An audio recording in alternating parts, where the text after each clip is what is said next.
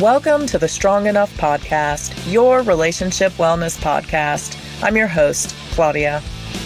Today's guest is going to share with us how she experienced the cycle of abuse, first from her mother and then from a romantic partner. She was able to break that cycle, though, and do the hard work on herself to get better. She now helps other people as a life coach. Please help me in welcoming Brittany Josie. Brittany, hi. It is so great to have you here today. I really appreciate you joining me. How are you today? I'm so good. Thank you for having me. Absolutely. So I know that when it comes to relationships and family, we have a lot to unpack today. But why don't we start with you letting our viewers know a little bit about yourself? Sure. So I am originally from the West Coast, born and raised, and moved to Colorado about 11 years ago and love Summit County. Never left, obviously. I think that happens to a lot of people that move to Summit County, and worked a lot of different jobs until I landed on life coaching and writing. And that's what I'm doing now. But it was a journey to get there. So back in Portland, growing up in a large family, there were a lot of challenges around that. And my parents were arguably overwhelmed. And it just, from there, spiraled into me moving out as a teenager just to get away from the drama and, continuing to struggle with relationships has been a lot of work that I put in, trying to get past those challenges. And I think with relationships and parenting, that's the first relationship you have and it's sacred. So talking about relationships and unpacking things, that's what I've been doing since I moved to Colorado. And that's what I've been doing for, the better part of a decade, is learning more about myself and learning about the brain and learning about emotions. And last year during COVID, in fact, when the shutdown happened, I could feel myself slipping into some depression. So I looked into a life coach for myself and did a lot of work there, and eventually wrote a book during the pandemic of all of my poetry. So that was exciting. And that's how we met, in fact, is because of the poetry and because of some classes that I've been teaching in the community. And I'm so happy to have met you that way and to be here with you. Thank you so much for saying that. I was so impressed when we first talked just about your openness and your willingness to tell your story. So that's what we're going to talk about today. So we're going to hit pretty much everything that you just discussed. So I want to back up to growing up. So I know you grew up in a very large family. There were 8 or 9 kids, I think. 9 total. Yep. I'm right in the middle. Right in the sweet spot. So, being the middle child is rough enough, I think, when you have 3 kids. So 9 has got to be difficult. And, it sounds like your mom was kind of the biggest struggle for you as far as having a relationship with your mom and feeling safe, both emotionally and physically, with your mom. So will you talk a little bit about that and how that evolved while you were growing up? Absolutely. Thank you for asking. My mother is magic. She is one of the most creative, empathetic, loving people that I know. And having 9 children is a challenge most of us can't relate to. So I don't know how fair it is of me to judge her parenting necessarily, but it wasn't the parenting I needed. The parenting I needed was gentleness, understanding. I think anyone wants that, but it wasn't something she was capable of delivering. She had moments. She definitely had moments. But then swinging to the other spectrum of those emotions was anger, overwhelm, frustration, maybe even fear. And I think that we were the target of those emotions.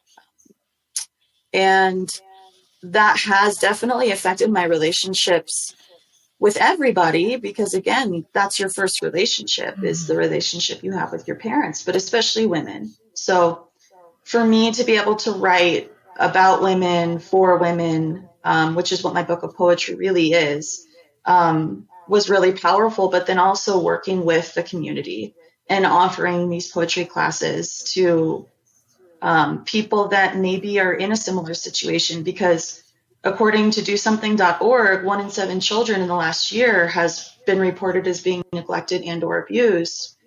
And it only makes sense that the National Coalition Against Domestic Violence has statistics saying that 1 in 4 women and 1 in 10 men is abused at the hand of their partner. So if this is something that we're raised to believe is normal, then of course it only makes sense that our human brain is going to think that that's normal going into adulthood. So I was in a situation with my first boyfriend who became physical, and breaking out of that relationship and coming to terms with where that idea and that perspective really came from is powerful for me, because information is power. Joan Didion is a favorite of mine. She's a prophetic writer and public speaker and has written many, many books, but she even touches on that as well.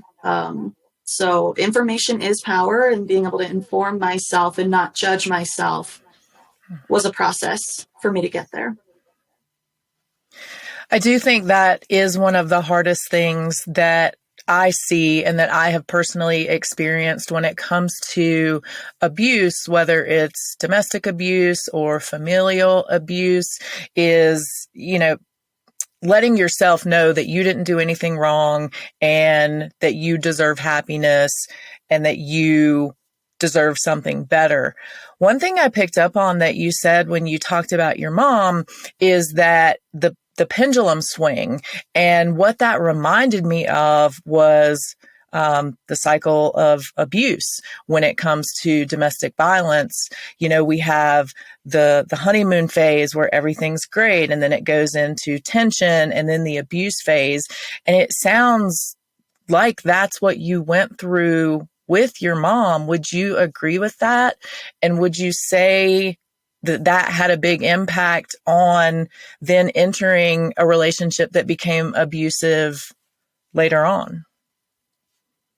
Absolutely. And I think just being able to view yourself from a perspective of compassion is easier said than done, but it's so vital in the healing process, and being able to understand that these people's actions towards me is not a reflection of who I am or anything that I've done wrong.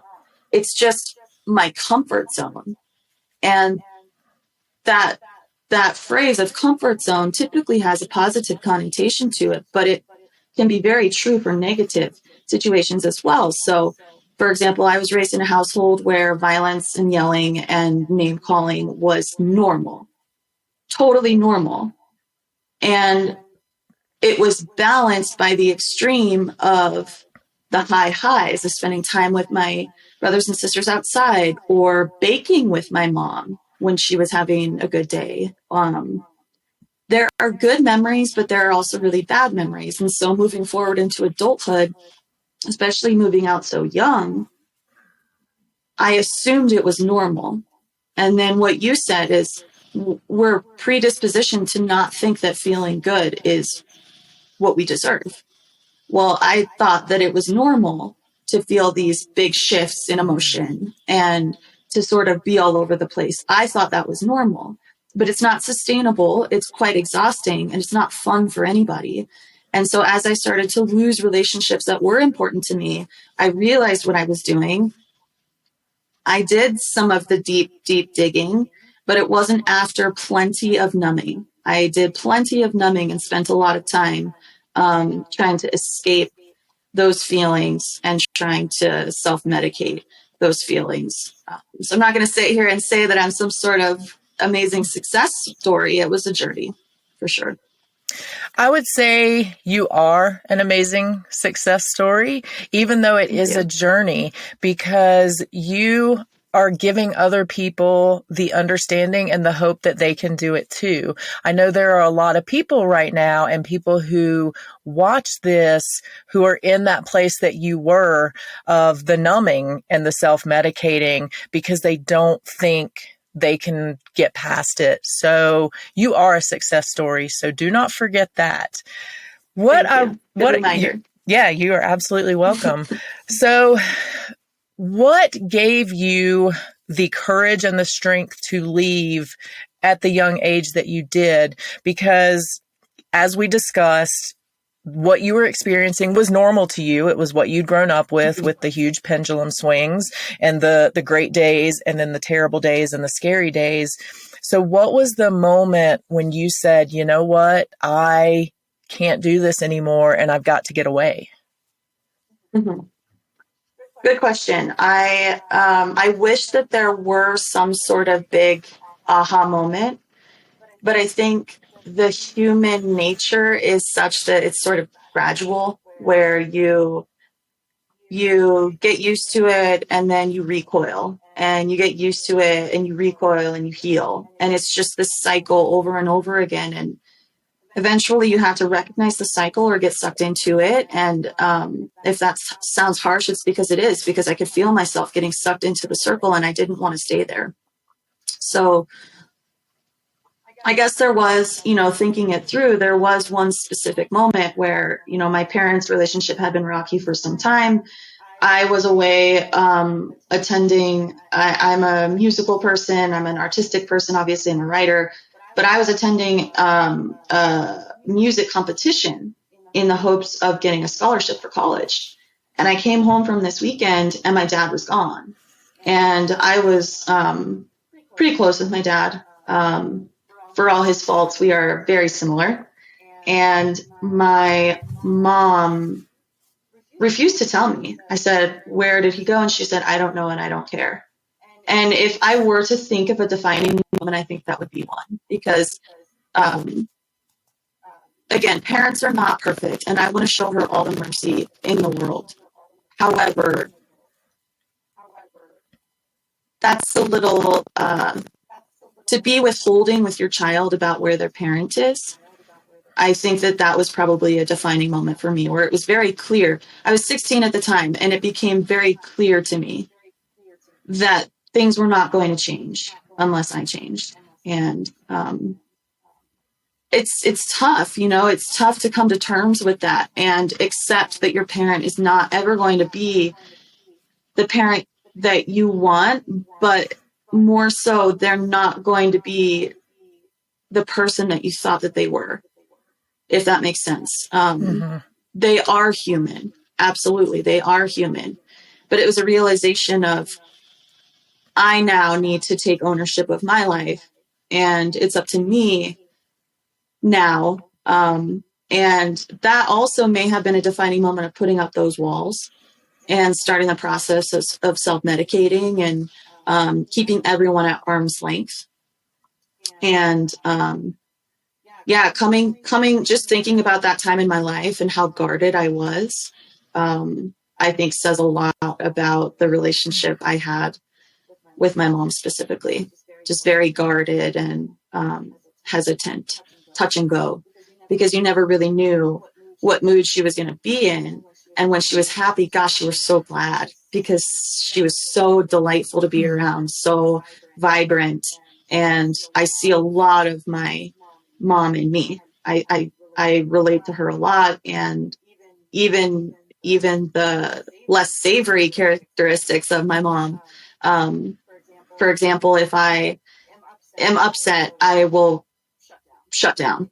It's really difficult for me to communicate if I'm not feeling something that's joyful or peaceful or happy. I just would rather internalize it. And that's what she did a lot of the time, and then had these explosive moments. So it makes sense to me now. But back then, that was the moment where I said, no, this is not okay anymore, and saved up $1,000 and moved out. And she didn't even know where my new place was. It was just sort of like, okay, bye. That had to be really rough, especially at 16, to make that decision and follow through with the decision. So it seems like you were in a place where you said, okay, enough is enough. I'm not going to deal with this anymore. And you got away from your mom. But then sometime later, you found yourself in a relationship that became very similar, a romantic relationship that became very similar. So will you talk about when you realized that you were back in that pattern again with another person? Absolutely. So in that relationship, I grew up in a home where cleanliness wasn't prioritized. Laundry was always out of control. There's mold in the bathroom. Just not a healthy. It was a reflection of the mental state of the household. And when I moved out on my own, I learned how to clean with the help of my patient roommates. And then I met this person who I ended up dating for roughly 2.5 years. And he came from a family with literally white picket fences. Not wealthy by any means, but a healthy, functioning family, middle class, nice neighborhood. And it just felt like a dream that somebody of this level could want somebody like me. And that was coming out of an abusive home and going into a relationship that was blissful for a while. And when the cracks started to form, I started gaining weight really quickly. And I had spent my life heavy, sort of going back and forth between, overweight and obese. And I remember stepping on a scale and it topped out at 200 plus pounds. And I said, I am not healthy. This is not healthy. I need to change. So as I started to change, she started to get angry and didn't like the changes. And of course, looking back with hindsight, communication is key into any healthy relationship. And ultimately, we did end up splitting up. And this was after we had lived together. But when we split up, I took him back probably at least 3 times, maybe 4. And just this back and forth of me saying, well, nobody else is ever going to love me, especially not somebody this good. I'm used to it already. Why don't I just make do?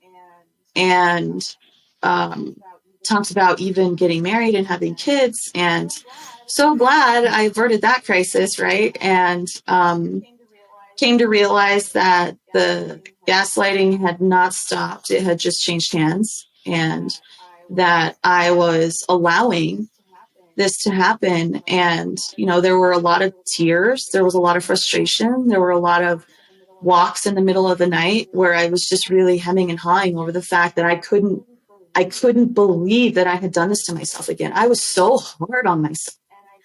And I think if anyone's listening and can relate, that's the advice I would give you, is don't be so GD hard on yourself, because those people that are making you feel that way are already doing it to you. Don't do it to yourself. Don't do it to yourself.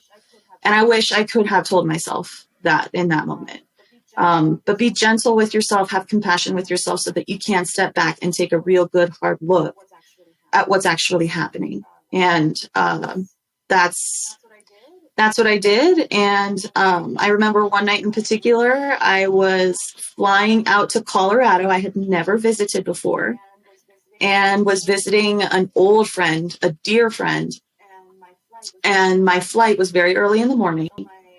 So my girlfriend stayed over at my place so that she could take me to the airport in the morning. Well, my ex showed up at my apartment that night, pounding on the door, demanding to talk to me. So my girlfriend said, are you comfortable with this? And I said, yes, as long as I'm, not alone in a room with him. So we fought for a long time. I cried pretty much all night, didn't drink any water, ended up flying still, and flying up to Colorado elevation from sea level. And we all know how hard that is. And I got very sick. So changing gears a little bit, I'm also a type 1 diabetic. And because of those complications of having an autoimmune disease, I was hospitalized for 3 days of my very first vacation in Colorado. And it was just such a realization for me that he could kill me at, he could kill me and it wouldn't even be with his own hands because he's making me sick and I'm allowing it. And that was a good realization for me once I got out of the hospital and spent my last few days in Breckenridge in Colorado just enjoying the time off. I came back, shut it down, never talked to him again. And I attempted to move on and partied maybe a little bit longer than I needed to, and eventually moved to Colorado to lose the weight, keep it off, because Summit County at the time, and may still be, the best recreation spot in the country, I believe. So it has helped me stay healthy, helped me keep the weight off, and I found new friends and new hobbies and a whole new life. That is amazing.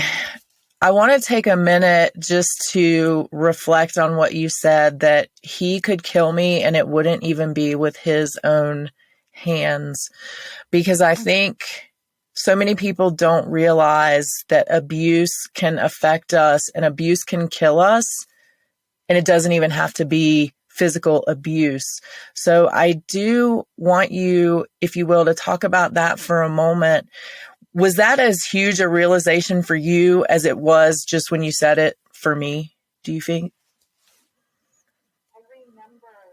I remember sitting in the hospital bed with greasy hair, greasy face. I'd been vomiting for days. It's a condition called ketoacidosis. Essentially, your blood sugar is so high that acid develops in your blood because your body can't process all the sugar that's just coursing through you. And that's what had happened. It takes, depending on how bad it is, it can take IV fluids, it can take days. And that's what happened to me. So I was sitting in the hospital bed thinking, how long has it been since I've had to deal with this? How long has it been since I've had ketoacidosis? Because I was diagnosed when I was 4. I've had this my whole life. But ketoacidosis isn't something that you should have happen on a regular basis. And so I remember thinking to myself, this shouldn't be happening. This was preventable. And I allowed it to happen. I did. And taking that ownership over your life can be so powerful, or it can be really daunting and it can overwhelm you. So again, information is power. If you're feeling like it's the latter and you're feeling like it's really overwhelming and daunting, I don't blame you at all. But that is where you can start, is shifting that narrative in your head. And this is why I do life coaching, because it's all about perspective and being able to shift that narrative in your head and say, I'm better than this. Life will not defeat me.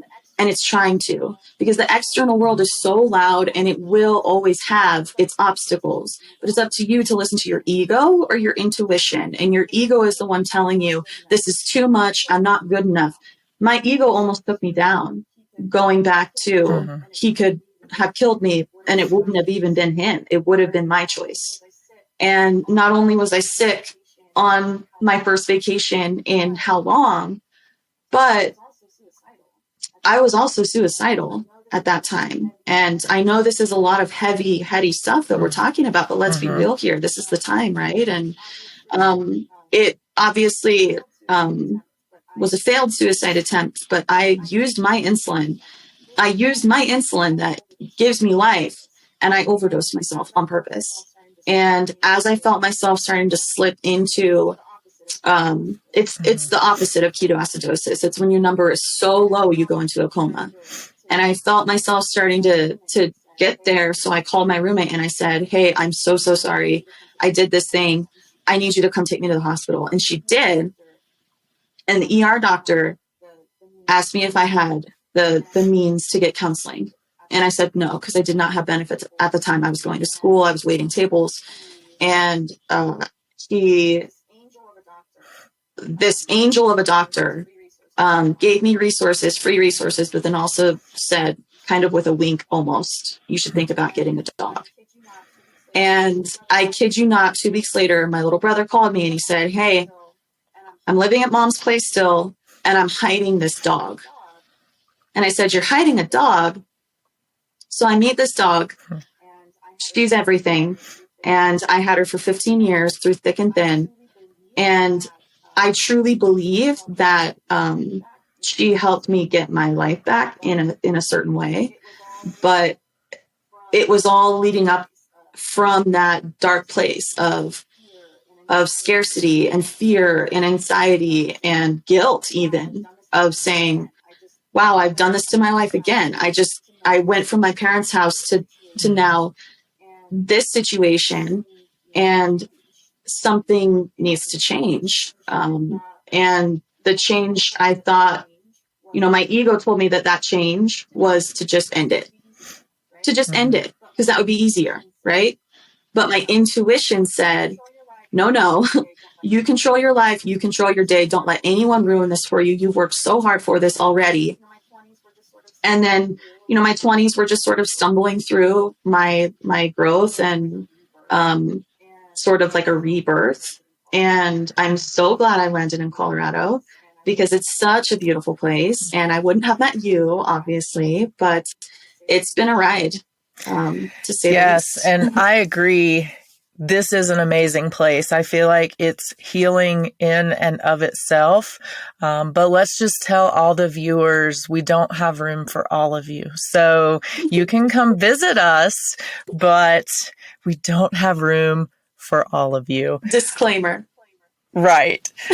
What I would like to hit on for a minute. So you kind of had the epiphany. You wanted to live, you wanted to be better for yourself, but you've already said that was a process in and of itself where you went through a lot of time of kind of self-medicating and doing the wrong things to take care of yourself to get to where you are today. So will you talk a little bit about, and you don't have to give specifics of what you did or how you did it if you don't want to, but will you talk a little bit about that process and where it led you to get to where you are today? Because I do think that's a big struggle for a lot of people, is they sit in that place of self-medication and numbing.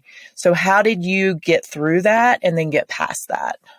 Yeah, absolutely. So I would love to say that it was just all self-realization and Zen and, all the sunshine and fairy tales, but it was some very real things happening in my life. So when I was 18 and I attempted suicide, I also was given the diagnosis of high blood pressure because of my weight and because of being type 1. So with being type 1 diabetic, your blood sugars fluctuate more than, no matter how well you manage it. I'm not saying don't manage it. Obviously, my diabetes is very well managed. However, the best that you can do, it's still unnatural because you're pretending to be a pancreas, and the human body is an amazing thing. So with that being said, these fluctuations in your body chemistry constantly can give you side effects like high blood pressure or kidney failure, even in severe cases. So I was 18, so I'd had diabetes for 14 years when I was diagnosed with high blood pressure. And the doctor said, yeah, you would have maybe been diagnosed with this from being a type 1 diabetic, but it would have been prolonged and it may not have happened if you hadn't been so heavy for so long. So for me, being an 18-year-old taking high blood pressure medication didn't make sense. That didn't make sense to me. I wasn't taking care of myself. I wasn't healthy. So after the suicide attempt and after all of that, the diagnosis and the drama, I started exercising, started eating healthfully, started losing a little bit of weight, but then really committed to it when I moved to Colorado and really committed to the lifestyle. And I sold my car even, and traded it for a bike so it would force me to commute on my bicycle. That was a really rapid transition for me in terms of my happiness and my weight loss. But here's the thing is I was doing all of this physical, tangible work because I'm type A and it's something I can see and do and tangibly feel. But I just found new ways to hate my body. I lost the weight, but I found new ways to hate on myself. And it wasn't until that weight loss transition that I realized the internal work still had yet to be done. And that journey of physical healthfulness prepared me to have the strength to do the mental piece of the healthfulness. And I'm still working on it, but went to a lot of therapists, a lot of counselors, EMDR, breath work, trying to think of all the things that I've tried. I'd love to try acupuncture. I've heard that that can work wonders. I tried chiropractic work, but these were all things I tried for my mental health. Because I knew that I was struggling with it and I knew that it didn't have to be this way. I say that I knew it didn't have to be this way, but I didn't know that at the time. It just felt like it should feel better. It just felt like it shouldn't feel so tight and restricted and scary all the time. So it was up to me to sort of find that place. And it wasn't until, I made major shifts in my life. I moved to a different state, 1,200 miles away from my friends and family. I lost 75 pounds and kept it off and changed my lifestyle and changed my eating habits. But it didn't have the effect that I thought it would upstairs. And you can change your location, you can change your body, you can change all of these things. But until you understand that your mind is a sacred place and you need to keep it clean, all of those other things are just going to be extras. There's a guru that I like to follow on YouTube. I'm really into self-help videos and books and things like that. But I love those videos that are 10 minutes or less because we have the attention span of a beetle these days. And his name's Sadhguru. He's amazing. He does a lot of public speaking.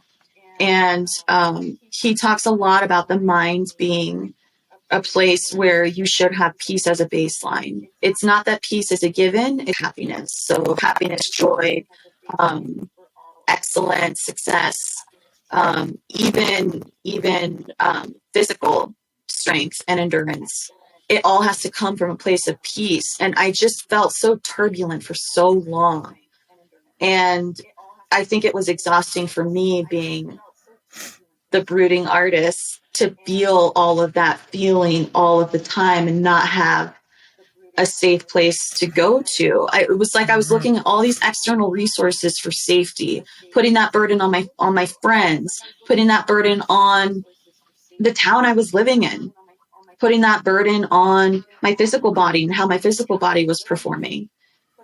But truthfully, it was all internal. And that was such a relief to know that the safe space was with me the whole time.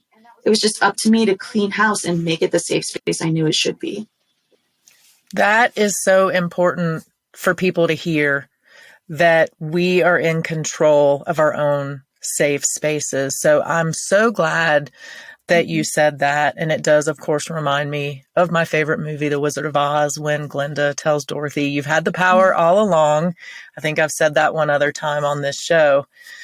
So where are you at today? Let's talk a little bit about your continued work, because I think that's also important for people to hear, that it's not something that you flip a switch and everything's great and you just power on with life. So how is it going today, and what are your continued practices to keep your mind in a healthy space? Yeah, thank you for asking. That's a good question.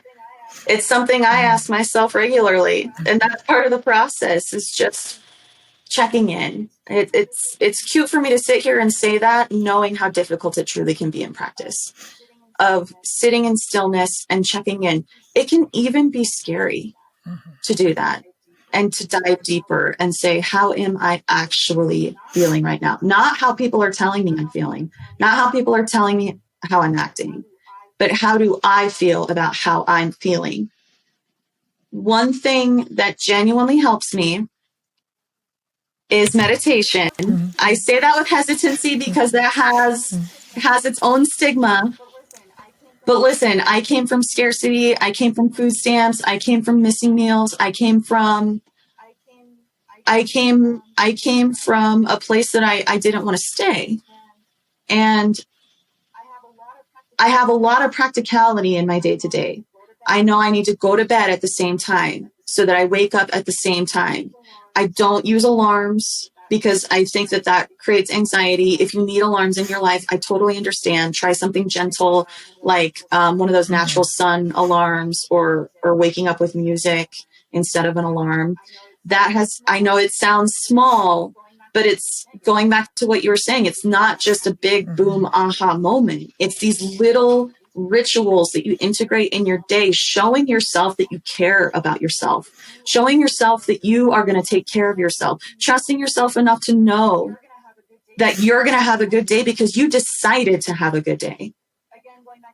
Again, going back to life coaching, this is why I get so excited. You can tell in my voice how excited and how important this is for me to get across to people, because you do have all the power. You don't have to give it away. You don't have to fear it. With great power comes great responsibility. Yes, but that is where the magic happens. That is where your flow is. And so going back to meditation, I'm a type A person. I like to be organized. I like to know where everything is at all times. However, meditation is that unicorn concept. It really is everything that everybody tells you that it is. And it doesn't have to be overwhelming. It can be 3 minutes a day, 3 minutes a day, just sitting and listening to your breath. It doesn't have to be anything else than that. If it helps you, count the breaths. If it helps you stay engaged, count the breaths. But just sitting with yourself for 3 minutes, whether it's while you're warming up your car, whether it's brushing your teeth, don't turn on that podcast. Don't turn on the radio. Just sit with stillness and let those thoughts come, but make sure you let them go.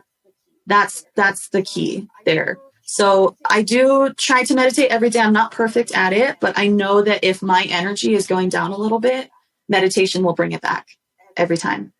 Every time. It's helped me be less reactive too. So I used to seem to have a lot of triggers. And now that I've been meditating, it seems that those triggers are not so much triggers anymore, and that I'm less reactive overall. I've also noticed weird things. Like I used to, when I would get anxious, I used to have a mannerism of pulling out my own eyelashes. They say that's pretty common with people that have experienced trauma. I've stopped doing that. I've stopped chewing on my cuticles. I've stopped biting my nails. So it's these little things that I've found. I'm sleeping so much better. My workouts are better because I'm more present for them.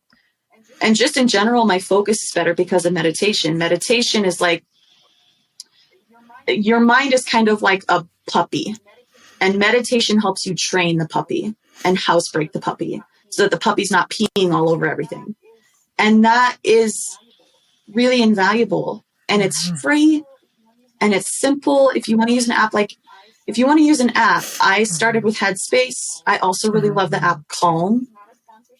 This is not a sponsorship, I promise, or anything like that, but they're both free to a certain point, and they will teach you how to meditate and help you with guided meditations and keep you engaged. But that is just one of many things that I've integrated in my day-to-day, but it's the little things.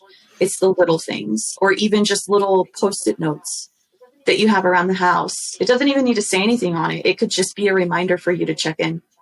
You see a Post-it note, you check in with yourself. I love what you just said about meditation. So first off, I also pull out my eyelashes, so I did not know why. I guess now I do. Great.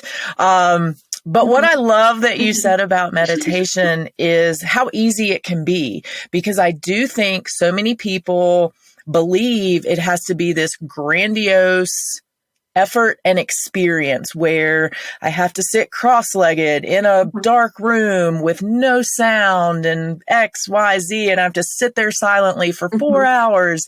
So I really appreciate how you said, hey, you can do it while you're brushing your teeth. You can do it while your car's warming up. For those of you in other climates, cars warming up is a thing here. We have to do that in Colorado in the wintertime. So I love how you pointed out that it doesn't have to be some huge thing. It can be as simple as, hey, while you're brushing your teeth, just sit with yourself. What would you say to the people who aren't ready to let those thoughts yet come in and go out? You know, the people who are still in that space Mhm. of trauma and guilt and fear and all those things, and they're like, man, I can't even sit with my thoughts for a couple minutes. What Yeah. should they do? I see you. I feel you. I relate. And I'm so sorry you're feeling those things. Are those thoughts serving you, or are you serving those thoughts? That was the realization for me, was I was a slave to those negative thoughts and those experiences that I had as a young child, where abandonment is strong with this one. I have abandonment issues and attachment issues that we could talk about all day. But are those thoughts really serving me? Are they? They're just making me feel bad. And I can't change the Mm-hmm. event, but I can change my emotion around the event. That's where the power happens. You can't control the external.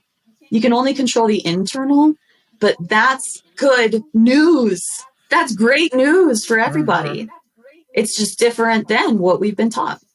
Absolutely. It is relearning or newly learning that we can control those Mm-hmm. things. I love the energy and the passion and enthusiasm that you have when you talk about these things. It's so clear. It's on your face. It's in your voice. You just light up.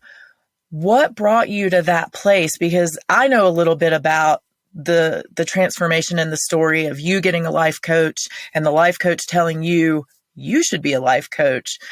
What does that feel like to you now to be able to take the things that you've learned, the things that you've been through, and give those gifts to other people? Well, thank you for saying that. I do think that it's a gift. And honestly, just being able to say that about myself feels uncomfortable almost, because I didn't think I had gifts. I was told that I was worthless, and I was told that I was not valuable. And being able to understand that that was just a human opinion, whether it was the opinion of my parent or otherwise, that's all it was. And my opinion of myself is more important. So it was a lot of learning and a lot of knowledge and a lot of self-help books, and just undoing decades of of confusion. Of confusion is what it is. And so with my life coach, he talks about, he's a local as well, Mike Meseroff. Hey, Mike. He's amazing, but he's a personal freedom coach specifically, or he'll also call himself a happiness coach. And I was really struggling with the feelings of, why is life so hard? Everything's so hard. Why is everything so hard? I'm working so hard and getting nothing for it. And he talks a lot about the path of least resistance. A lot of successful people will talk about the path of least resistance, and finding your zone or finding your flow is the path of least resistance. So working a job that you don't like, that's not the path of least resistance. That is so hard. And the longer you hold on to that job, the longer you're holding on to those bad vibes, but you're also keeping somebody else from having that job that they might value and appreciate, Mm-hmm. and that you're sort of resentful of. And the path of least resistance for me is helping people, and being the middle child and having so many siblings. I adore all of them, but it's only natural that in a group that large, you're going to have disagreements. And I'm usually the one that can patch things up, or at least I'm communicating with everybody at the same time consistently. There's no, grudges or hard feelings. It's not to say that that hasn't happened in the past.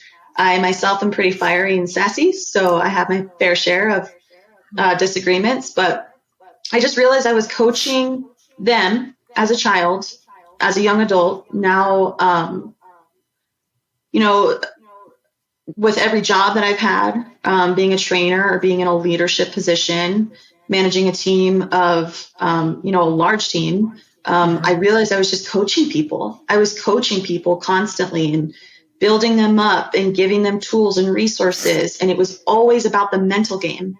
It was always about how they're feeling about themselves.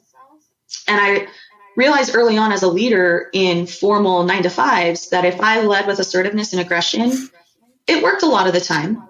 But if I led with compassion, it worked every single time, every time. And then when I started life coaching and was told that maybe I have a propensity for this, that's when I looked into certifications. That's when I started doing beta testing with some people and offering my services for free.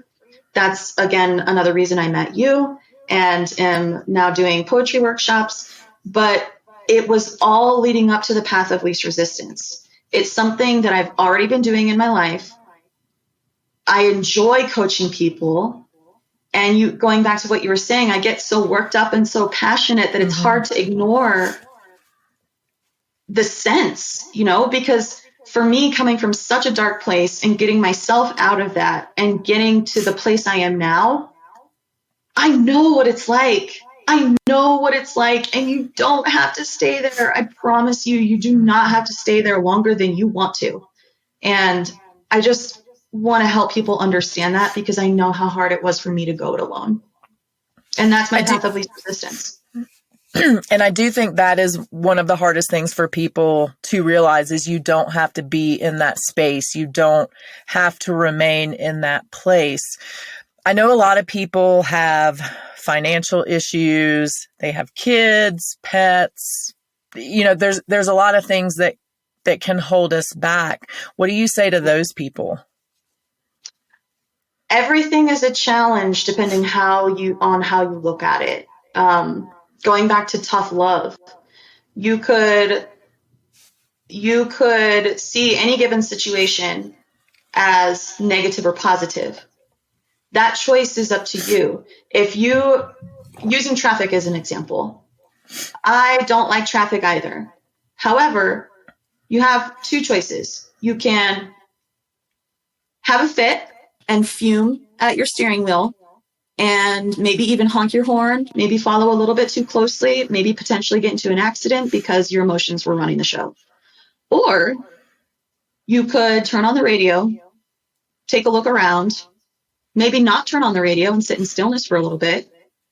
This happened to me the other day. I was maybe leaving my house a little bit later than I wanted to, and I was at a light, and instead of getting frustrated, I looked around, and the car in front of me had a sticker on it that said, "I hope you have a great day today."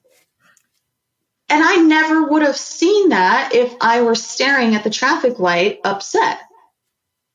But because I took a minute to look around, I was able to see all of the beauty that was around me, even though it was as small as a bumper sticker. So the point that I'm getting at is gratitude. That was a long way of me saying gratitude is where it's at. Because if you have all of these factors in your life that you're using as limiters, they're always going to be limiters. They're always going to look that way because that's how you're looking at them. But if you decide that the path of least resistance is, I'm going to find a coach that's doing beta testing, like I was just doing recently, doing it for free. I'm going to make sure that there's somebody that offers this beta testing remote so that I can be at home with my children or my pets. This is honestly why I have found my niche as a coach to be creativity. Mm-hmm. Because, I wrote a book last year. That's great. That's amazing. I wrote a book. That's awesome. But that's not necessarily why creation is my niche. It's because every single moment of our day, we're creating. Whether you like it or not, you are creating. What if you created with intention? What if you thought about what you were creating? You're going to go make yourself a peanut butter and jelly sandwich for your lunch, and you don't have to think about that. It's just jelly. It's just peanut butter. You've done it before, maybe 1,000,000 times. But what if you were present for making something as simple as a peanut butter and jelly sandwich? Instead of creating a mindless peanut butter and jelly sandwich, maybe you think, ooh, I have coconut flakes. Ooh, I have chocolate chips. Ooh, I have bananas. This is going to be the best peanut butter and jelly sandwich I've ever had. And that's a small example, but it's a technique that works on a larger scale. The more that you're present and active and intentional with your creation, the more you're going to be able to create. You just have to offer yourself that space. I love that. Now I want a peanut butter and jelly sandwich first off, but a really super amazing one, like with honey and white chocolate chips. I don't know. I'm getting crazy over here. Yes. So tell me, do you feel like it's still a continued process of work? It sounds like you have done the work. You have broken that cycle of violence, which is amazing for you. And that's going to be amazing for the people that you impact going forward, because you're not going to carry that cycle forward. But do you feel like it is still a day-to-day effort to not get back to that place with another relationship? Mm-hmm. Good question. I think that it's only natural that people would gravitate towards those relationships, going back to the comfort zone. It's what you've known. It's what you've known in the past. So it's what you're comfortable with. But greatness comes outside of your comfort zone. You've heard that probably many times. We've probably all heard that. And I think that getting myself out of that situation allowed me to get to the top of the mountain and look at the situation instead of being stuck in it. And I like to say that I would never go back to that place. And I think my new rituals and my new habits and my new personal narrative keep me afloat and help me stay in that place. And it's not without trying, but it doesn't feel like work. It doesn't. It feels like a practiced effort that I deserved to give to myself. And if we're willing to do hard things for other people, we should be willing to do hard things for ourselves. And at first, it's going to be maybe a little messy, maybe a little imperfect, probably a little imperfect, especially meditation. Meditation starting out will be imperfect. It'll be messy. It might not even be fun at first, but just let yourself relax and enjoy it. And those are the little things I look forward to now, is the continued personal growth and journaling and practicing gratitude, because those things feel good. Dwelling on the past experiences or thinking about how I could have, should have, would have changed it doesn't feel good. It doesn't feel good, and it doesn't do anything. It truly doesn't do anything except for make you feel bad. So going back to, is that thought serving you? Is it serving you? Because you are the one thinking it. There's nobody telling you. Maybe sometimes there's people telling you these ideas, but you are the one that gets to control it. In fact, biologically, the brain only, excuse me, my alarm's going on. Your brain only holds emotion for 6 seconds. The rest is up to you. And think about how long sometimes I've lost a whole weekend on a thought because I just kept thinking about it. And Esther Hicks is another amazing public speaker, and she talks about thinking about thinking about thinking. And we all do it. But what if we could break the cycle? Yes, I know I do that myself. Sometimes you wake up in the middle of the night with that thought and you just can't let it go. Do you now have a relationship with your mom? I do not. There's a lot to unpack there, but when I was younger, I maintained a relationship with her for a long time. I was worried about her. I called her a lot, and it just reached a level that it was too toxic to continue. And there were ways that she was affecting my life in a serious way, like even my credit score, even brass tacks, things like that were happening. And so we had a very long phone call. I remember I had just gone home to see everybody, and I was around Steamboat, almost home. And she called, and it was not the most positive conversation we've ever had. There's a lot of crying. And she eventually told me that she didn't support my lifestyle and that she felt like I had been dragged to Colorado, and that, all of these things that she was just saying out of her own pain, right? She was just communicating her pain to me in a way that wasn't clear. And it hurt me a lot in the process. And so I ended that phone call and let the sleeping dog lie for a while. And then actually wrote her a letter, never sent it. And it's been a little irreparable since. And for me, it's a safer place to be. And this is what I told her in our last phone call, is that I don't know if you're a safe person to have in my life anymore. And that to be able to move forward, I need to take a break from this relationship. And I feel so guilty, right? Because I'm her child. She's my mother. That will never change.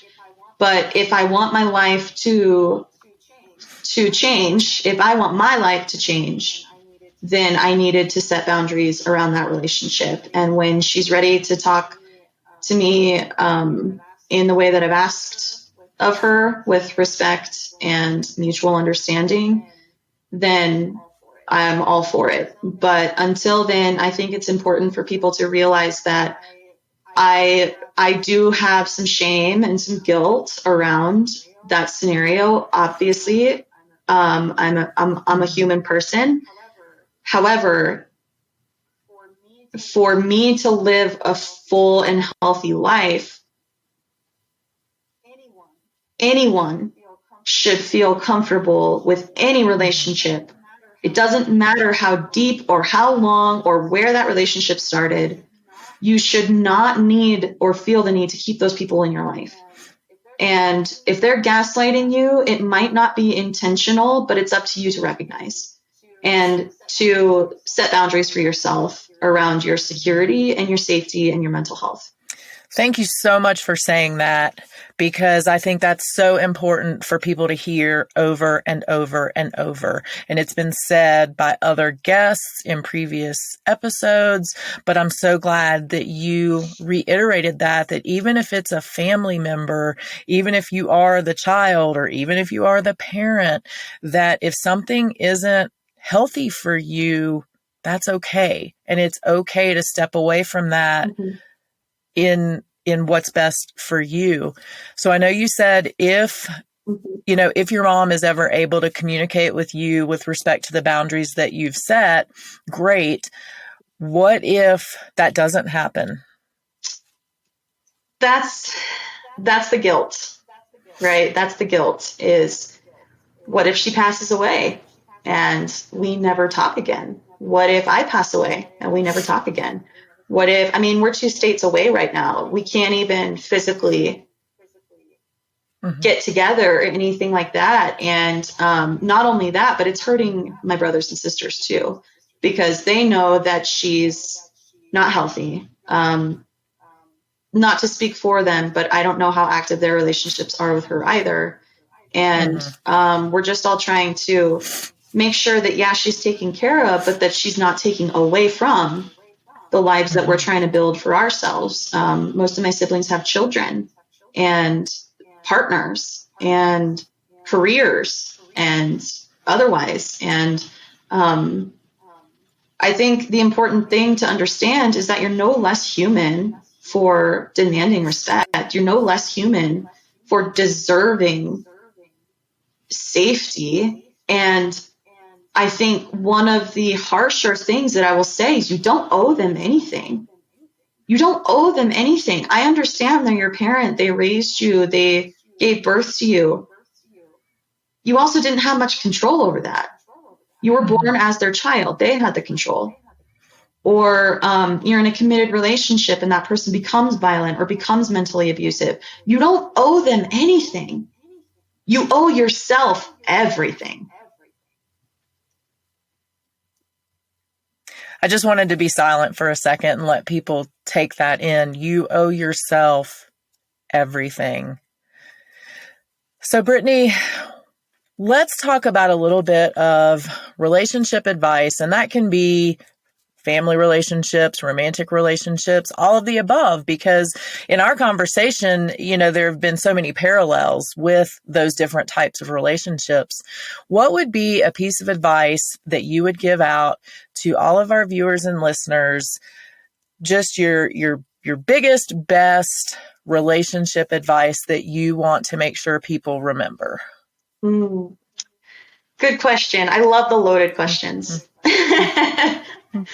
Relationship That's my advice. job. Yes, absolutely. I would say with relationships, one thing I keep coming back to is communication. Communication, it's not cliche at all. It is so painfully true. If you are unable to communicate effectively, your point will get lost.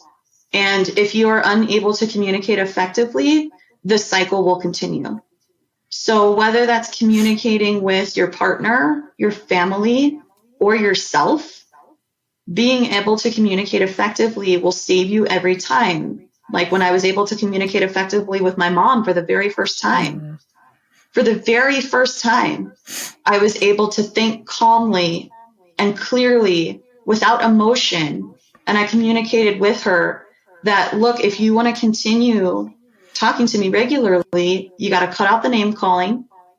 You can't take low blows. You can't dig into my lifestyle. And when I was able to communicate with her effectively, it was not necessarily the outcome I wanted or expected, but I don't have that toxic energy in my life anymore because I was able to communicate effectively as to what my needs were. And I've worked a lot and continue to work on my communication with myself and being honest with myself and listening to my intuition. My ego is the one that will crop up and make to-do lists and pros and cons lists. And my intuition will say, just go for a drive. You don't need to think about the pros and cons. You don't need to think about the things that you're not doing. You need to follow your intuition because something is here. Something worthwhile is here. And invariably, something good will always happen when I follow the good feelings. It's funny how that works. You don't get happiness by chasing it. You get happiness by being happy where you're at. And then you learn what happiness is and you keep following happiness. So I digress. The important thing here to remember is with communication with yourself and others, being able to communicate effectively requires communication with little emotion. Yeah, you're feeling an emotion, but being able to step back and look at that emotion. There's a book called Mind Hacking that I actually really like. And they talk about the 5 whys of, I'm feeling really angry today. Why am I feeling really angry today? Well, I'm feeling really angry because I didn't get any sleep last night. Well, why didn't you get any sleep last night? Well, because I went to bed thinking about XYZ and I was angry when I went to bed. Why were you thinking about that right before bedtime when you knew it was going to make you angry? Oh, well, interesting. So that helps me a lot when I'm communicating with myself rather than what I used to do in communicating with myself, which was, you're mad again? Let's get more mad. Let's figure out some reason and justification as to why you're mad so that you can get more mad because mad is your comfort zone. So rather than feeling hurt or depressed or even accountable for your actions or your life, you're just going to get mad. That was my default for a long time. And now I like to look at my communication with myself with curiosity and say, why are you being this way with yourself? And looking at emotions from sort of like a third-party perspective helps you communicate effectively with yourself, and then in turn helps you communicate effectively with others. That was some good advice. Just all back to communication. What I love, though, that you said was communication with others, but also communication with yourself. I know that we are rolling up on time. We've been talking for a long time here today, but it's been amazing. That's lovely. Yeah, and there are a couple last things I do want to hit. So you've mentioned a couple authors that you really enjoy. But you, my dear, are an author now, a published author. And what was so cool is the first time that Brittany and I met, we sat down at a table, and unbeknownst to her, her book was sitting right there in the coffee shop that we were at. So I would love for you to talk for a couple minutes about what inspired you to write this book of poetry that spans through the 4 seasons of a year, and how it felt in writing the book. Sure.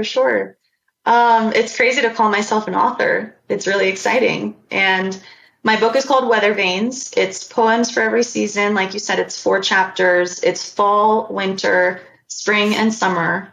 And fall is the literal fall of sort of like falling from grace, if you will, was the concept of realizing what I had been through, and that it wasn't my fault.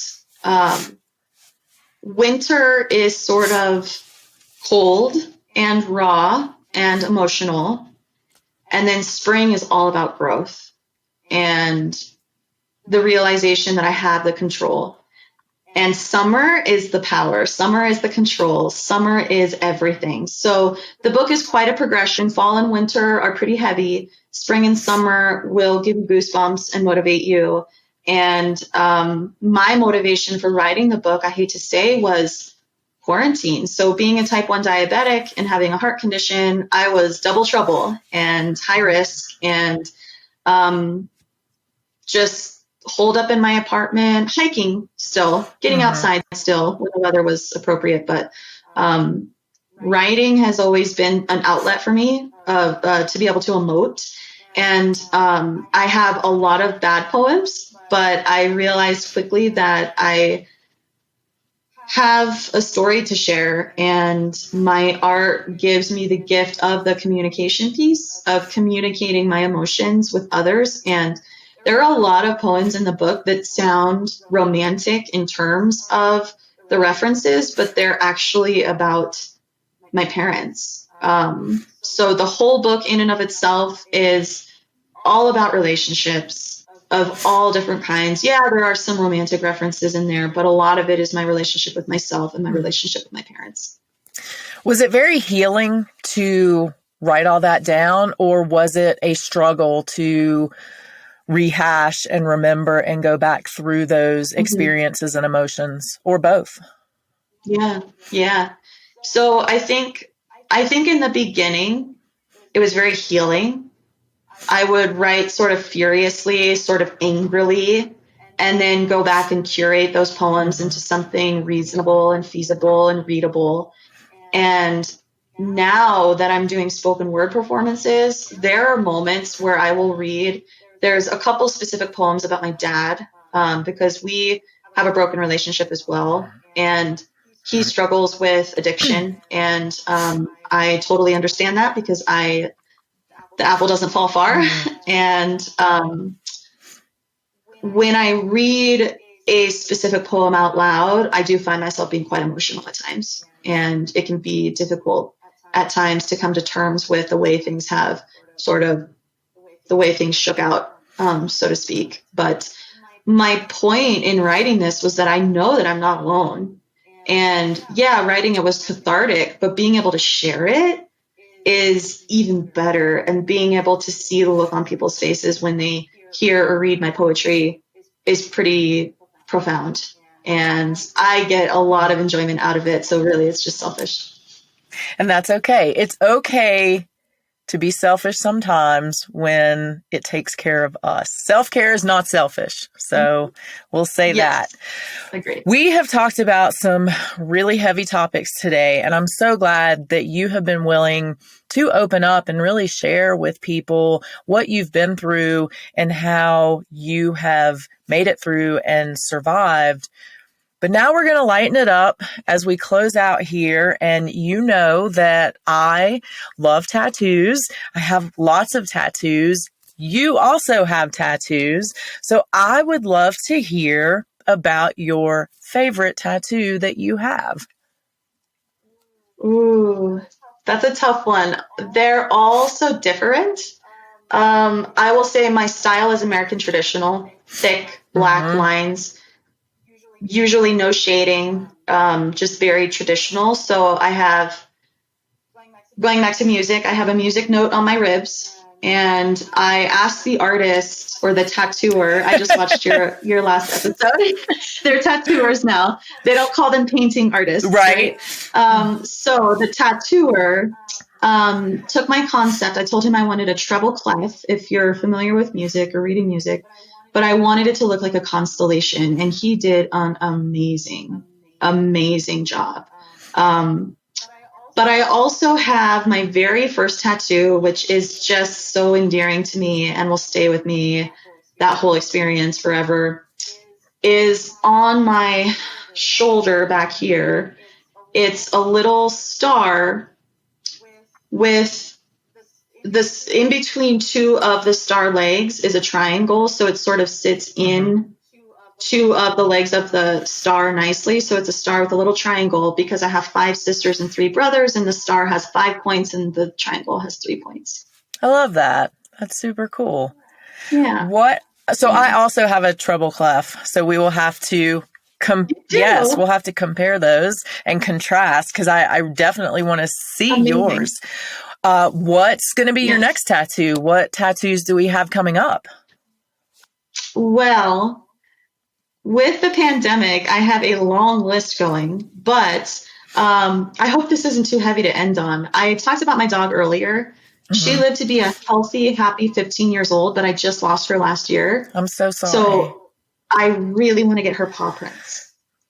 That's first priority. I love that. I have 2 little dogs, and they are my children. People say whatever you want. My dogs are my kids. You're in good company. That's just how I feel. So I love that, and I can't wait to see it. So Brittany, if people aren't already following you, please share where people can get your book and where they can find you, both on social media and if they're interested in your coaching services. Absolutely. So my Instagram handle is Brittany Josie Poetry, and it's spelled the classic BrittanyJosie.com is my website. So my Instagram handle is Brittany Josie Poetry. My website is BrittanyJosie.com.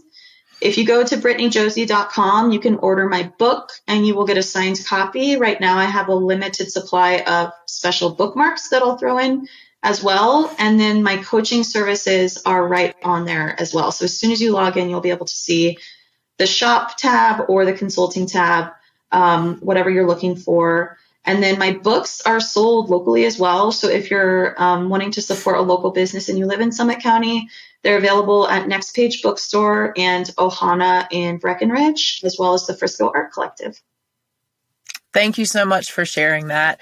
Brittany, thank you for your time today. I really appreciate you, again, being willing to open up, share the struggles that you went through and the successes that you have found in taking care of yourself. So thank you for being here today. I really appreciate you. Thank you. It's been my honor, and thank you for having me. I really hope you guys enjoyed that conversation with Brittany as much as I did. I think we all need to remember her points about communication and boundaries. Remind yourself those things every single day. So remember, until next week, you are strong enough and you are worth it. Thank you for listening to the Strong Enough podcast. You can find us on your favorite podcast platform by searching Strong Enough. And on YouTube, we're available on the Spear Talk channel. Don't forget to follow us on Instagram and Facebook at strongenoughpod. If you have suggestions for an upcoming episode or a future guest, please reach out at strongenoughpod@gmail.com. Remember, you are worth it.